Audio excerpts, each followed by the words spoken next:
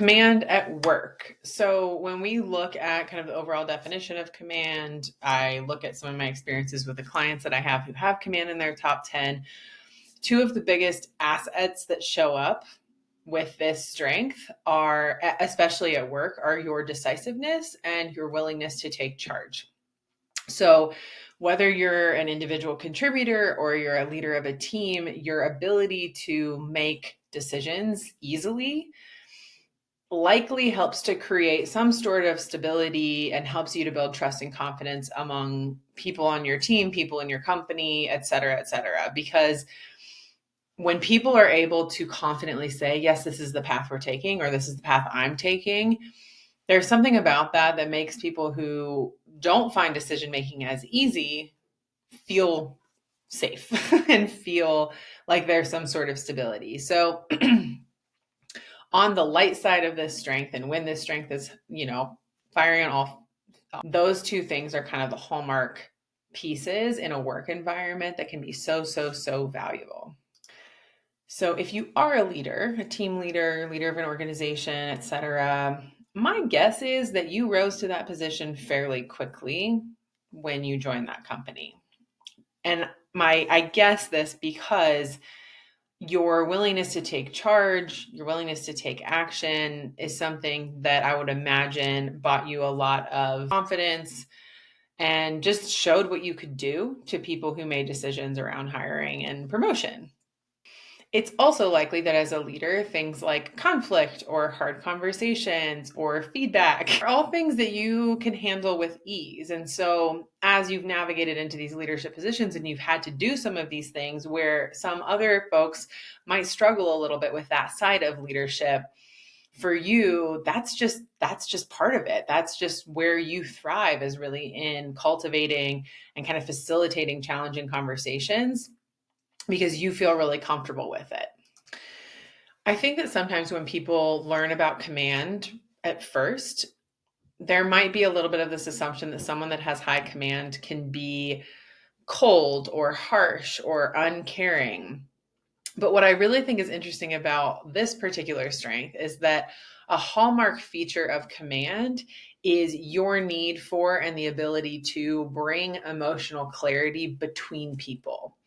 So a lot of times some of these influencing strengths can struggle with the more relationship building emotional side of things.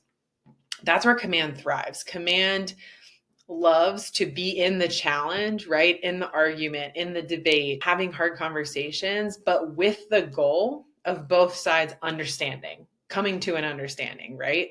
And I think this idea of like emotional clarity is very, very interesting, because it's not just data driven or this is right and this is wrong. It's like, I want both sides to understand where both sides are coming from through challenging conversations, through conflict. So it's just a really interesting way that it plays out. When I've seen it with my clients, I actually find that these clients are some of the most, I would say, empathetic people. Like they maybe don't have empathy in their top 10 necessarily, but they have strong emotional intelligence. And also people get upset with them because they're like, why are you being mean? Like, why are you being confrontational?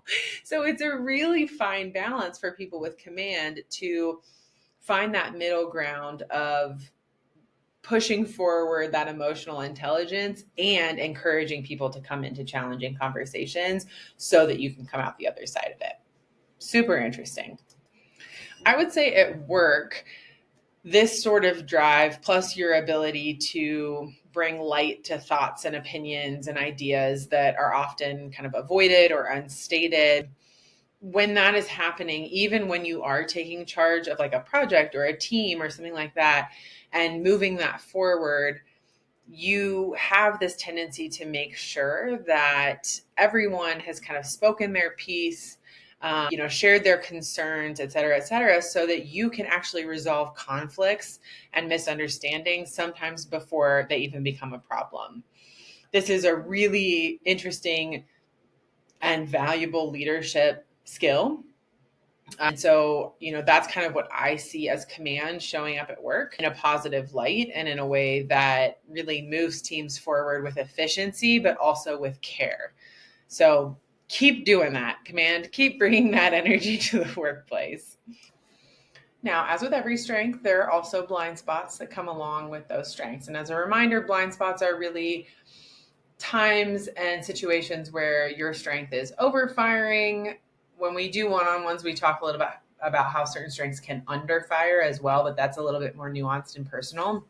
So in this case, it's kind of how your strength might be perceived by others when it's sort of too much, when it's just coming off as too much. So for if you have command high is your tendency to always take the lead, right? And I know I just talked about how great that is in all the other sections, so hear me out.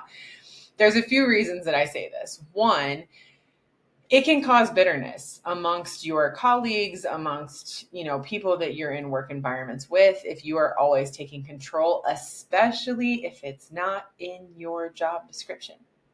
So if you are not the leader of the team, the boss, the manager, the supervisor, just recognize that even if the supervisor is giving opportunities to, step up and take things on, if you are always the person that is doing that, it can breed resentment amongst your peers. And we're going to talk about kind of what to do instead in just a second. So that's reason number one. Reason number two is that when you take on everything, you're likely to burn out. So if you're always the one that is saying yes to requests, or you're always the one that is stepping up and taking command of a situation, taking control of a situation, great, that is energizing for you, but long term, it's not going to be a sustainable energy and it can lead to burnout. So it's something to keep an eye on.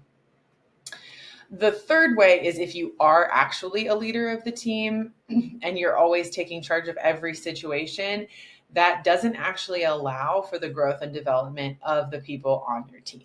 So yes, it is your job to be in charge. It is your job to take charge, but it's also your job to delegate and uplift and train and help other people, embrace their leadership. And so if you are always the one that's taking charge of every single situation on your team, it's not giving a lot of opportunities for other people to learn. So how to kind of manage these blind spots, how to look out for them, what to do if you notice them popping up. So for the first two examples that I gave, the bitterness one and then the potentially leading to burnout one, the thing I would encourage you to do is just practice the pause. If you always find that you are the person that raises your hand first when someone asks for something to be done, you're always like the person that volunteers, I want to encourage you to practice like counting to 10. So if someone's like, hey, we need someone to blah, blah, blah, blah, blah, and you literally sit there and you count 1, 2, 3, 4 in your head. What this does is it gives other people the opportunity to step up and take charge of a situation, especially if they have command too, right? Like if you both have command, you're going to be competing with each other for this. And so it kind of creates that space for someone else to step in.